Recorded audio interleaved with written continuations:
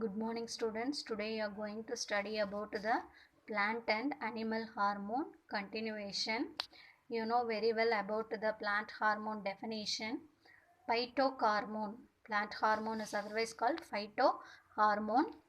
It is the organic molecule produced in very low quantity in plants and it control morphological, physiological and biochemical responses of the plant. There are 5 types of plant hormone. What are the 5 types? Yes, auxin, cytokinin, gibberellin, abscisic acid and ethylene. The first 3, auxin, cytokinin and gibberellin, it is helping the plant for growth. So we can call them as a promoters.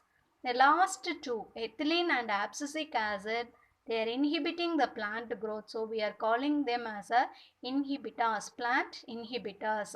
Let's see ethylene. The gaseous plant hormone is the ethylene. Gaseous plant hormone is the ethylene. Here it is helping for maturation and ripening of fruits.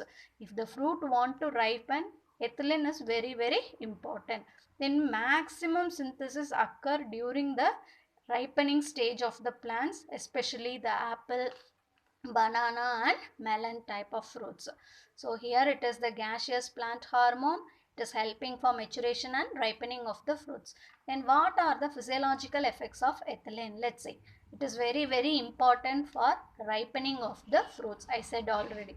Then it will inhibit the elongation of stem and root in dicot. That's why we can call it as a inhibitors.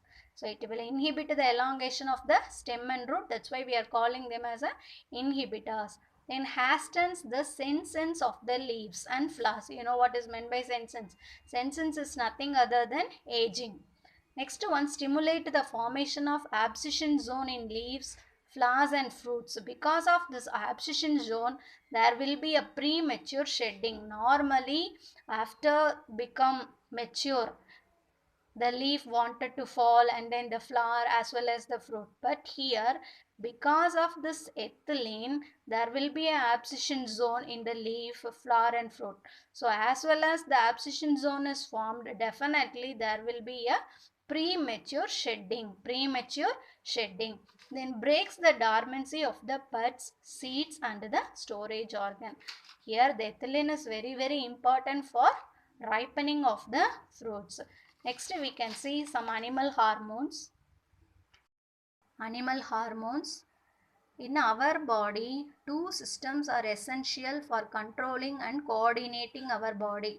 They are nervous system and endocrine system.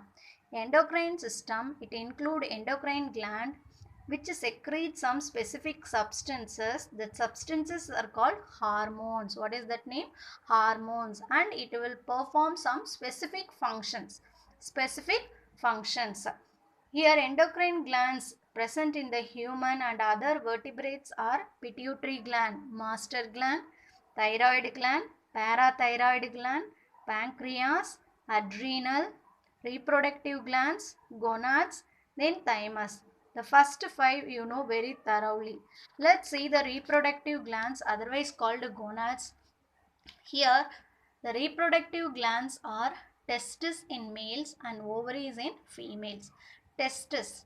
The male reproductive glands are called testes. Here it's oval shaped organ. Usually it is pair, oval shaped organ which located outside the abdominal cavity of a man in a sac-like structure.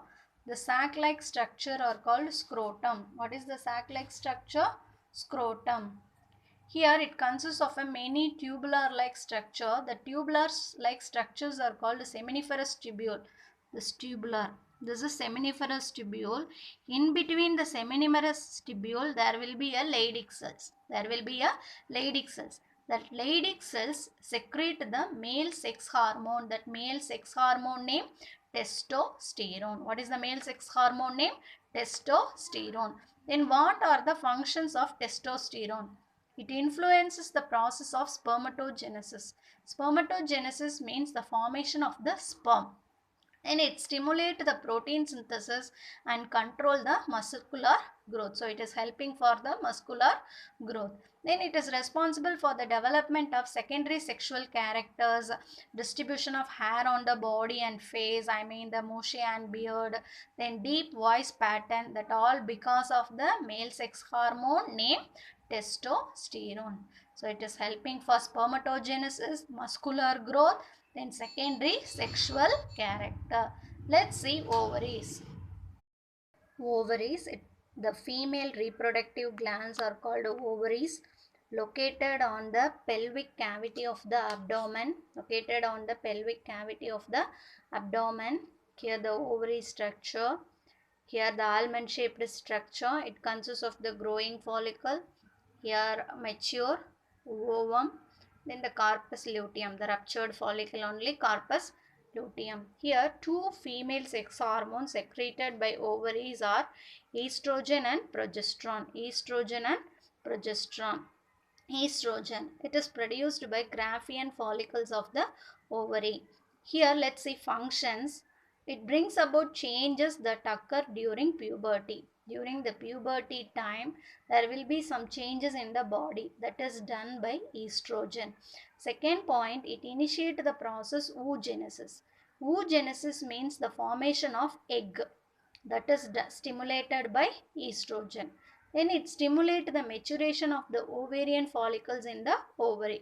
See, the growing follicle wanted to be mature now, that is initiated by estrogen. Then it promotes the development of secondary sexual character, breast development, high pitched voice, that is done by estrogen. So here it is helping for oogenesis, maturation of ovarian follicle, then development of secondary sexual character. Next, progesterone. See, it is produced from the corpus luteum. Produced from the corpus luteum. Then functions. It is responsible for the premenstrual changes of the uterus. Then it prepares the uterus for implantation of the baby. Then it maintains the pregnancy. Then it is essential for the formation of the placenta. So after the fertilization, for what and all needed for the baby's growth in the uterus, that all the changes will be done by the progesterone. You know very well, the placental tissue, it connects the baby and the mother. That formation is because of the progesterone. So it is essential for the formation of the placenta. Then it is preparing the uterus for implantation, as well as it is maintaining the pregnancy. Which one? Progesterone. Next we can see the thymus gland. Thymus gland, it is partly an endocrine and partly lymphoid gland, located in the upper part of the chest, covering the lower end of the trachea. Here the thymus gland, where it is located in the upper part of the chest and lower end of the trachea. This is capsule part, then cortex. This is thymic corpuscle, then this is medulla. It secretes a hormone, that name is called thymosin. What is the hormone? Thymosin.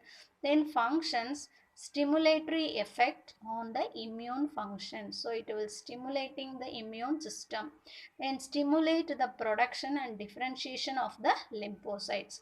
So totally it is helping for immunity. Thymus gland is helping for immunity. So where it is located? Upper part of the chest. What's a hormone? Thymosin hormone. What's the important function? Immunity. Dear students, I'll give some questions. You can write as a self-test. Thank you.